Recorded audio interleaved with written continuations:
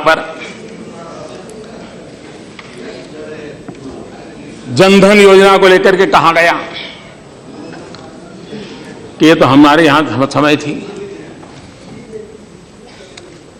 बैंकों का राष्ट्रीयकरण होने के बाद 40 साल हो गए और गरीबों के लिए बैंकों का राष्ट्रीयकरण किया गया था, लेकिन आज भी इस देश का गरीब बैंक के दरवाजे से दूर था।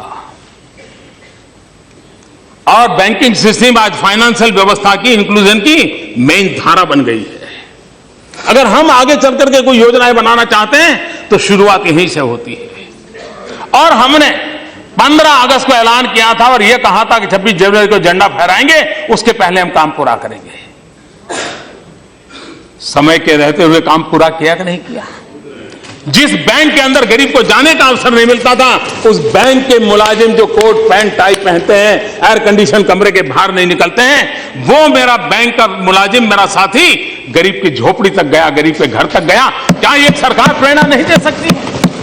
ये परिवर्तन नहीं ला सकते हैं? लाए हैं। और मैं आज विशेष रूप से बैंकिंग सेक्टर के ऊपर से नीचे तक के सब महानुभावों का अभिनंदन करता हूं कि उन्होंने इस बात को उठा लिया, उस बात को उठा लिया, पूरा किया। और जब ये व्यवस्था हो गई है तो अभी हमें मनरेगा में आता था कि लीकेजेज बहुत है। अब हम मनरेगा का पैसा भी, जनधन अकाउंट खुल गया, आधार कार्ड है, जनधन अकाउंट है, लीकेज कम से कम हो जाएगा और पैसा सीधा उसके खाते में जाएगा। ये जनधन का हमारे दिमाग में गरीब है, लेकिन गरीबों के नाम पर हमारे दिमाग में राजनीति नहीं है। गरीबों के नाम पे हमारे दिलो दिमाग के अंदर एक ईश्वर की सेवा करने का अवसर है। और इसलिए हम हर काम के दूर जब करते हैं तो उस बात को लेकर के करते हैं कि हम गरीब के कल्याण के लिए क्या काम कर सके, और उस दिशा में हमारा प्रयास है। मैं जब शौचालय की बात कर रहा था तो मैं आपको बताना चाहता हूं कि कितना काम हुआ है। करीब 4.25 लाख टॉयलेट की जरूरत है स्कूलों में। उसमें करीब 4.25 लाख में से 1.5 लाख करीब नए बनाने पड़ेंगे और बाकी जो है वो रिपेयरिंग करने की आवश्यकता है। एक अलग पोर्टल बनाया गया है ऑनलाइन, उसका मैपिंग किया गया है। एड्रेस पक्का पता है कि यहां पर टॉयलेट इतना चाहिए, सारी डिटेल वर्कआउट किया है। और मुझे संतोष के साथ कहना है कि अब तक करीब 60-65 हजार लड़कियों के लिए टॉयलेट बनाने का काम पूरा हो चुका है। और मैं सभी एमपीज का भी अभिनंदन करता हूं। कई एमपीज ने पूरा एक्टिवली इस काम को किया है। अपने इलाके में एमपीलेट फंड का भी उपयोग किया है, सीएसआर में भी उपयोग हुआ है। जहां पर डिस्ट्रिक्ट के अफसर सक्रिय हैं, उन्होंने तेज गति से काम किया है। और मुझे विश्वास है कि आने वाले दिनों में जो वैकेशन है, हम अगर सब तय करें, अपने यहां कलेक्टर को पूछिए, अपने अधिकारियों को पूछिए डिस्ट्रिक्ट में कि बताओ भाई ये क्या हुआ इस काम का, थोड़ा आप भी 1-2 बार जरा चिट्ठी डाल दीजिए। मुझे विश्वास है जी, जून महीने में जब नया सत्र शुरू होगा, उसके पहले इस वैकेशन में इस टॉयलेट बनाने का काम पूरा हो जाएगा। और ये संतोष यहां का नहीं, वो संतोष यहां के लिए भी है, हम सबके लिए है। और इस काम को आप करेंगे, ऐसा मुझे पूरा विश्वास है। स्वच्छता का असर कैसा है? देखिए, टूरिज्म पर बड़ा इंपैक्ट हो रहा है। एक, हमने online visa, arrival on visa किया है, और दूसरा स्वच्छता। इन दोनों का संयुक्त प्रभाव टूरिज्म पे पड़ रहा है। पिछले साल की तुलना में टूरिज्म में काफी अच्छी बढ़ोतरी हुई है, काफी बढ़ोतरी हुई है। कई बातों में नेगेटिव प्रचार होने के बावजूद भी कुछ चीजें ऐसी पैदा होती है जिसके कारण हमारे यहां टूरिज्म को बहुत बड़ा नुकसान हो जाता है, लेकिन उसके बावजूद भी इन व्यवस्थाओं के कारण टूरिज्म में काफी बढ़ावा हुआ है। अब हम कहेंगे कि भाई आपदा प्रबंधन, अब मुझे बताइए कौन सी सरकार है कि जिसके कालखंड में आपदा नहीं आई है? उस आपदा के लिए सरकारों को कुछ करना पड़ा है, करना पड़ा है, लेकिन आपदा प्रबंधन के भी तरीके बदले जा सकते हैं। जब जम्मू कश्मीर में बाढ़ का प्रश्न आया तो मैंने पहला काम क्या किया, मैंने कहा भारत सरकार में जम्मू कश्मीर के जितने अधिकारी हैं उनकी जरा पहले सूची बनाओ और उनको सबसे पहले वहां भेजो। होम सेक्रेटरी उस समय के थे जो पुराने जम्मू कश्मीर कैडर के थे, उनको मैंने भेज दिया, हफ्ते भर वहां पर रखा। क्यों? भारत सरकार का दायित्व बनता है कि सिर्फ इतना चेक दिया उतना दे दिया इससे बात बनती नहीं है, हमने पूरी ताकत से उसके साथ कंधे से कंधा मिलाकर खड़ा होना पड़ता है। जब हुड़हुड़ आया, मैं स्वयं तो गया, मैं कश्मीर भी स्वयं गया, अनेक बार गया, मैं कितने ही ग्रुपों के साथ बारीकी से मैंने बातें की श्रीनगर में जाकर के, मैंने अपनी दिवाली उन लोगों के बीच में बिताई। क्यों? ताकि सरकार में बैठे हुए और लोगों को भी सेंसिटाइज हो कि भैया हमारा दायित्व बनता है, ऐसा नहीं कि बात पूरी हो गई तो उनको अपने नसीब पर छोड़ दिया जाए, ये हमारा दायित्व बनता है। और इसलिए हमारा अप्रोच प्राकृतिक आपदा के समय में भी तू मैं का नहीं होता है, एक अपनेपन की जिम्मेवारी के साथ होता है। और हमारे पास जो भी शक्ति है उसका सही ढंग से उपयोग करते हुए उसको कैसे समस्या से बाहर निकालना, उस दिशा में हमारा प्रयास रहता है और उसकी ओर हम जाना चाहते हैं। यहां पर लैंड एक्विजिशन एक्ट को लेकर के बढ़िया बातें मैं सुन रहा हूं। हमें इतना अहंकार नहीं होना चाहिए कि हमने जो किया उससे अच्छा इस दुनिया में कुछ हो ही नहीं सकता। और जब लैंड एक्विजिशन एक्ट बना था तब हम भी तो आपके साथ कंधे से कंधा मिलाकर के खड़े रहे थे। उसको पारित करने के लिए हमने कोई इफ बट्स का काम नहीं किया था। हमें लगा कि भाई चलिए, हम जानते थे इसका आप राजनीतिक फायदा लेने के लिए ही जल्दबाजी कर रहे, सब जानते थे। उसके बावजूद भी हम आपके साथ खड़े रहे थे। लेकिन हम आपसे पूछना चाहते हैं, 1894 में जो कानून बना उसकी कमियां देखते देखते आपको 2013 आ गया क्या? 120 साल बीत गया।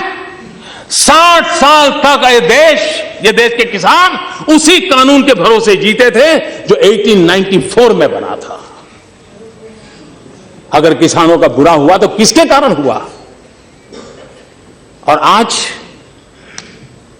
जब ये कानून बना हम आपके साथ थे। कानून बनने के बाद कानून बनने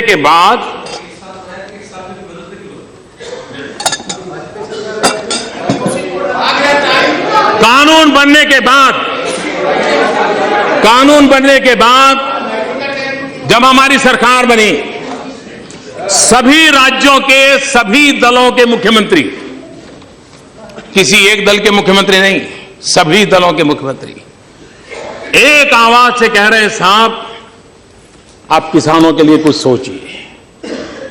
किसान बिना पानी मर जाएगा, उसको सिंचाई चाहिए, उसको इरिगेशन इंफ्रास्ट्रक्चर चाहिए, उसको गांव में सड़क चाहिए, गांव के गरीब को रहने के लिए घर चाहिए।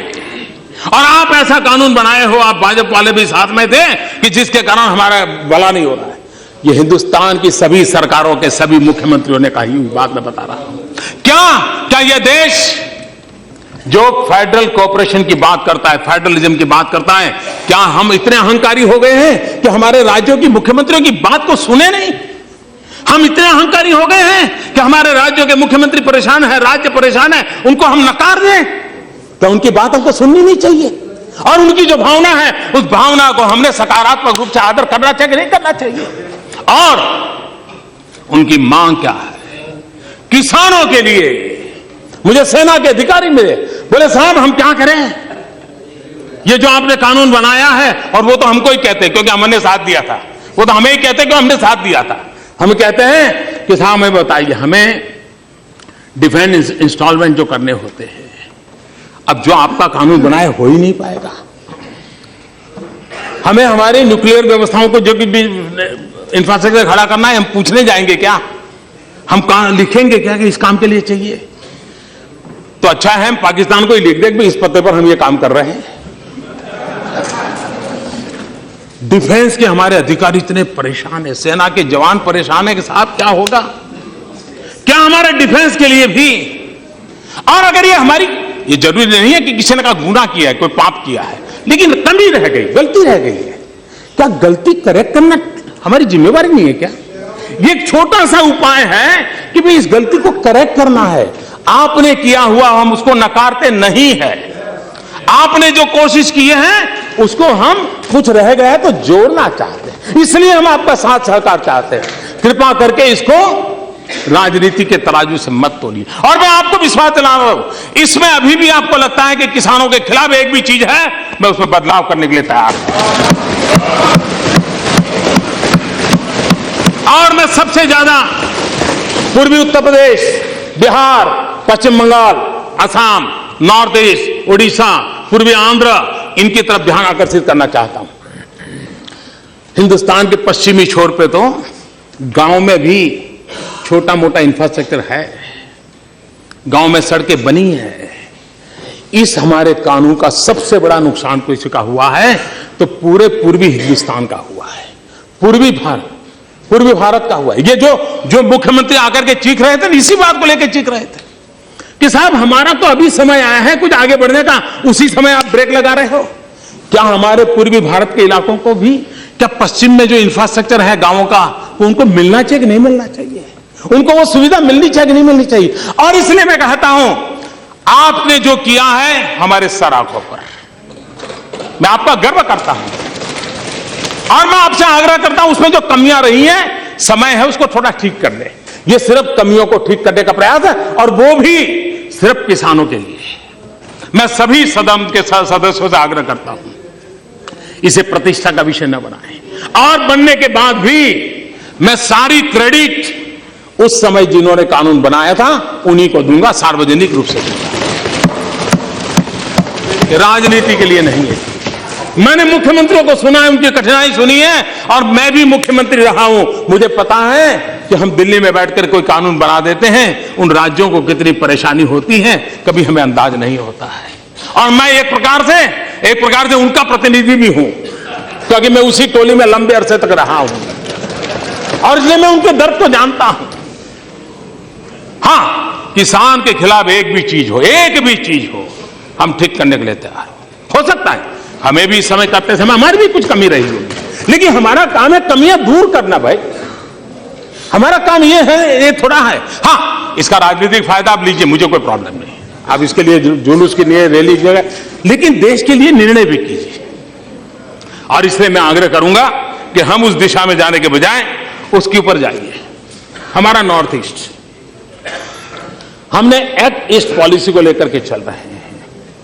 मैं अभी भी मानता हूं, मैं जीवन में एक परिव्राजक रहा हूं। मेरा सौभाग्य रहा है करीब करीब हिंदुस्तान के सभी जिलों में रात गुजारने का मुझे अवसर मिला है। मैंने जिंदगी के 40 साल परिव्राजक के रूप में घुमा, इसलिए मैं जानता हूं। मैं नॉर्थ ईस्ट में बहुत रहा हूं। इतने विकास की संभावना है, वो ऑर्गेनिक कैपिटल बन सकता है देश का, इतनी ताकत है। मैं अभी बार बार नॉर्थ ईस्ट जा रहा हूं। अगर मेरा राजनीतिक उद्देश्य होता तो जहां 60-80 सीटों का बल्क होता है ना, वहीं चला जाता, लेकिन जहां एक एक सीट है वहां जाकर के 2-2 दिन बिताता हूं। इसलिए राजनीतिक मकसद से नहीं करता हूं, ये मेरे देश की अमानत है। उनकी चिंता करनी पड़ेगी, उनके साथ जुड़ना पड़ेगा। और इसलिए मेरा ये मकसद है, पश्चिमी छोर हिंदुस्तान का जिस तेजी से बढ़ा है, हमें बहुत जल्दी से हिंदुस्तान के इस पूर्वी छोर को कम से कम उसकी बराबरी में लाना पड़ेगा। चाहे मेरा बिहार हो, चाहे मेरा बंगाल हो, चाहे मेरा आसाम हो, चाहे मेरा नॉर्थ हो, चाहे मेरा पूर्वी उत्तर प्रदेश हो, उसकी बराबरी में लाना पड़ेगा। हम इस देश को एक तरफ अपंग रख करके, एक तरफ समृद्ध बना करके देश को आगे नहीं बढ़ाया जा सकते। और इसलिए मैं विकास में उसकी ओर बल देना चाहता हूं। मैं चाहूंगा कि आप इसको मदद करेंगे। अब देखिए, कोऑपरेटिव फेडरलिज्म की बातें बहुत हुई है। क्या होता था हमें याद है, रेलवे में ब्रिज बन गया है, लेकिन दोनों तरफ कनेक्टिविटी नहीं। 2-2 साल ऐसे लटकता पड़ा है ब्रिज। कभी दोनों और कनेक्टिविटी बनी है, ब्रिज नहीं बन रहा है। क्यों? तो या तो वो सरकार हमें पसंद नहीं है, या डिपार्टमेंट दूसरे डिपार्टमेंट की सुनता नहीं है, साइलों में काम चलता है। सैकड़ों प्रोजेक्ट, इतना ही नहीं, एक गांव में रेल जाती है, अब गांव में धीरे धीरे रेल की उस तरफ बस्ती बनने लग गई, अब पीने का पानी ले जाने की पाइप डालनी है, रेल वाले अड़ जाते हैं। 2-2 साल तक पाइप ले जाने की परमिशन नहीं देते थे।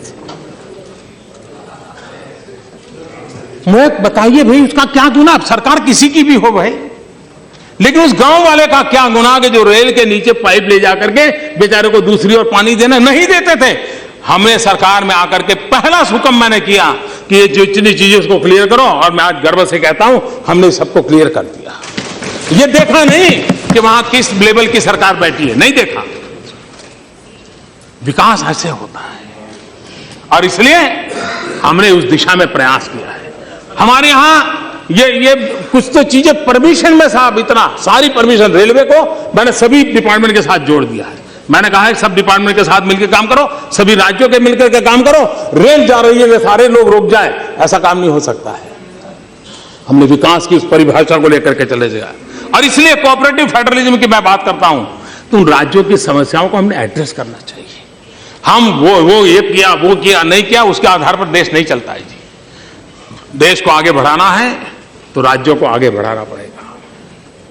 मैं जब राज्य का मुख्यमंत्री था तो मैं हमेशा कहा करता था कि भारत के विकास के लिए गुजरात का विकास, ये मंत्र मैं हमेशा मेरे जीवन में रखा था और मैं सबको बताता था। आज मैं कहता हूं कि देश को समृद्ध बनाने के लिए राज्यों को समृद्ध बनाना है, देश को सशक्त बनाने के लिए राज्यों को सशक्त बनाना होगा। हम कल्पना कर सकते हैं, हमने आते ही ये खनिज रॉयल्टी वगैरह 1.5 गुना कर दिया। वो पैसा किसको जाएगा? राज्यों को जाएगा। वो राज्य कौन है जहां सबसे ज्यादा खनिज है? ये जो मैं पूर्वी हिंदुस्तान के विकास की बात करता हूं ना, उसकी जड़ उसमें है, क्योंकि वो खनिज सबसे ज्यादा हमारे पूर्वी इलाके में है देश में, वह उनको लाभ होने वाला है। कोयला ऑक्शन हुआ, पैसा किसको जाएगा? ये सारा का सारा पैसा राज्य के खजाने में जाने वाला है। कुछ राज्यों ने कल्पना तक नहीं की होगी, उनके बजट से ज्यादा रुपया उनके सामने पड़ा होगा, यहां तक पहुंच पाएंगे।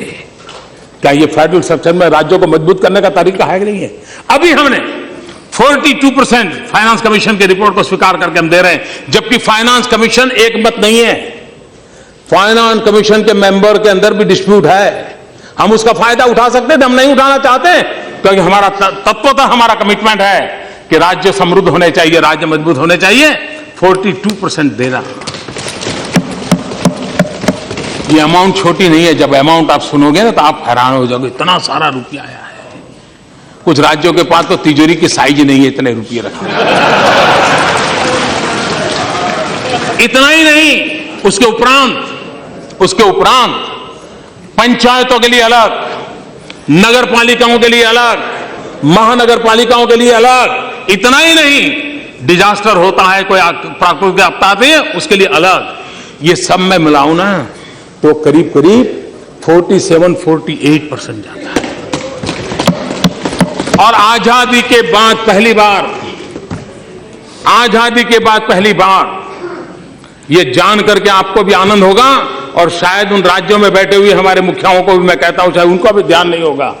आजादी के बाद पहली बार हिंदुस्तान के राज्यों के पास जो खजाना है और भारत सरकार के पास खजाना है, उस पूरे खजाने का टोटल लगाया जाए और हिसाब लगाएंगे तो निकलेगा 62% खजाना राज्यों के पास है, 38% खजाना भारत सरकार के पास। पहली बार देश में उल्टा क्रम हमने किया है कि दिल्ली सरकार का खजाना हमने कम किया है, राज्यों का खजाना भरा है। हमारा मानना है कि राज्यों को हमने ताकतवर बनाना चाहिए, राज्यों को विकास के लिए अवसर देना चाहिए, और उस काम को हम कर रहे हैं, और राजनीति से परे होकर के कर रहे हैं। इसका दल उसका दल, झंडे के रंग देख करके देश की प्रगति के निर्णय नहीं होते। हमें तो अगर झंडे का रंग दिखता है तो सिर्फ तिरंगा दिखता है, और कोई रंग दिखता नहीं।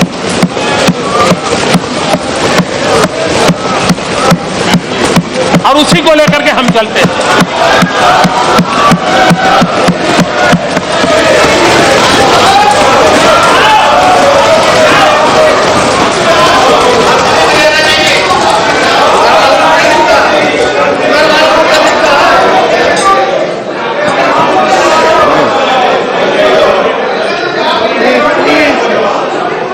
आदरणीय सभापति महोदय जी,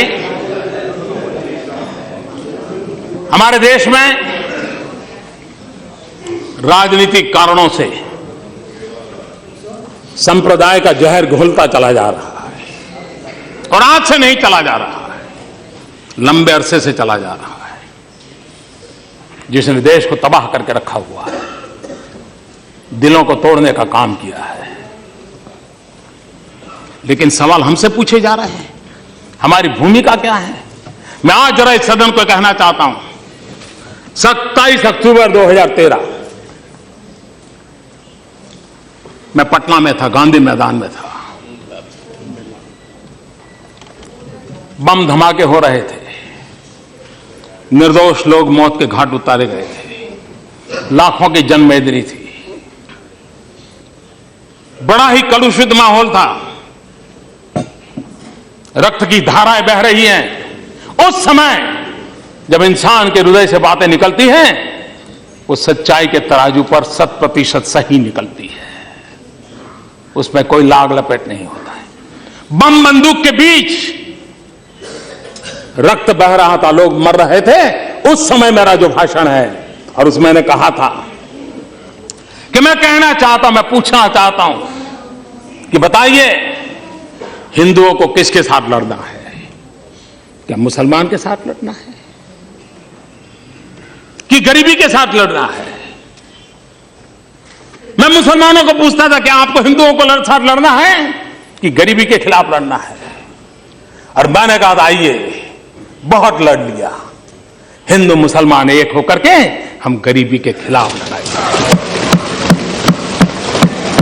पटना के गांधी मैदान में बम बंदूक और पिस्तौल और गोलियों के बीच में उठाई हुई आवाज है, और इसलिए कृपा करके हम उन काल्पनिक बातों को लेकर के बयानबाजी कर करके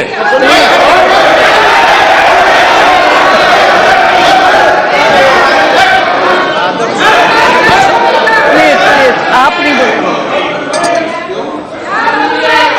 रंजीता जी,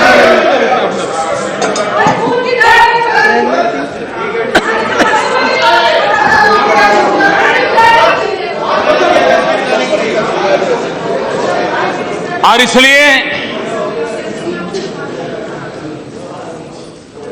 भारत को प्रेम करने वाले हर व्यक्ति के लिए ये बात साफ है, यह देश विविधताओं से भरा हुआ है। विविधता में एकता, यही हमारे देश की पहचान है, यही हमारी ताकत है। हम एक रूपता के पक्षकार नहीं है, हम एकता के पक्षकार हैं। और सभी संप्रदायों का फलना फूलना ये भारत की धरती पर ही संभव होता है, ये भारत की विशेषता है। और मैं ये कहना चाहता हूं कि हमारा जो संविधान बना है, वो संविधान हजारों साल के हमारे चिंतन की अभिव्यक्ति है। हमारा जो संविधान बना है, वो हमारे भारत के सामान्य मानवी की आशा आकांक्षाओं की प्रतिबिंबित करने वाला संविधान है। और इस संविधान के मर्यादा में रह करके देश चल सकता है। देश संविधान की मर्यादाओं के बाहर नहीं चल सकता है। किसी को भी कानून हाथ में लेने का अधिकार नहीं होता है, किसी को भी संप्रदाय के आधार पर किसी के साथ डिस्क्रिमिनेशन करने का अधिकार नहीं होता है। हर एक किसी को अपने साथ चलने का अधिकार है। और मेरी जिम्मेवारी है, सरकार में बैठा हूं, सरकार कैसे चलेगी उसकी जिम्मेवारी है। और इसलिए मैं आपको कहना चाहता हूं, और मैं बार बार कहता हुआ आया हूं, संप्रदाय के नाम पर अनाप शनाप बातें करने वालों को कहना चाहता हूं, मैं ये कहना नहीं चाहता हूं आज मैं आपका मुंह बंद करने के लिए, मेरे पास हजारों चीजें हैं, मैं समय बर्बाद नहीं करता हूं, इसके लिए मैं समय बर्बाद नहीं करता हूं। लेकिन मैं आपको कहना चाहता हूं, हमारा कमिटमेंट क्या है, वो मैं आपको कहना चाहता हूं। मैंने बार बार कहा है, मेरी सरकार का एक ही धर्म है, मेरी सरकार का एक ही धर्म है, इंडिया फर्स्ट। मेरी सरकार का एक ही धर्म है, भारत का संविधान। मेरी सरकार का एक ही धर्म ग्रंथ है, भारत का संविधान। मेरी सरकार की एक ही भक्ति है, भारत भक्ति। मेरी सरकार की एक ही पूजा है, 125 करोड़ देशवासियों का कल्याण। मेरी सरकार की एक ही कार्यशैली है, सबका साथ सबका विकास। और इसलिए हम संविधान को लेकर के, संविधान की सीमा में रह करके देश को आगे बढ़ाना चाहते हैं। हमारे यहां एकम सत विप्रहा बहुधा वदंती हमारा तत्व ज्ञान रहा। Truth is one, says calls in a different way. सत्य एक है, विद्वान लोग उसको अलग अलग तरीके से कहते हैं। ये हम कहने वाले लोगों में से है। और इतना ही नहीं,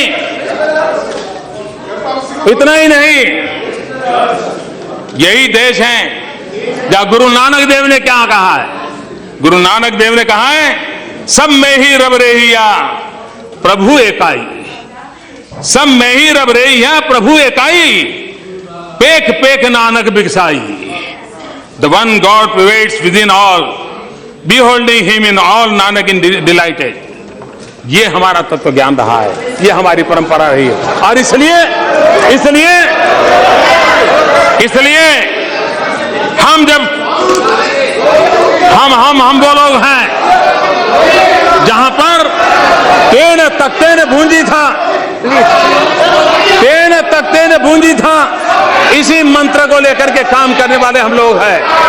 और इसलिए जब मैं कहता हूं सबका साथ सबका विकास, सबका साथ सबका विकास, ये सबका साथ सबका विकास में मुझे आपका भी साथ चाहिए और आपका भी साथ चाहिए, क्योंकि सबका विकास करना है। और मैं फिर एक बार जिन जिन महानुभावों ने विचार रखे हैं उनका भी धन्यवाद करता हूं। और जो उत्तम बातें आपके माध्यम से आई है उसको भी परीक्षण करके देश की हित में कहां लागू किया जाए, उसके लिए हम प्रयास करेंगे।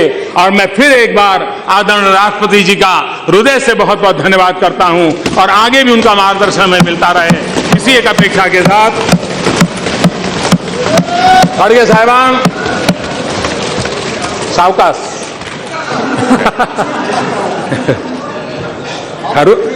हरू करा लोकल आहे का। बहुत बहुत धन्यवाद। यस, धन्यवाद।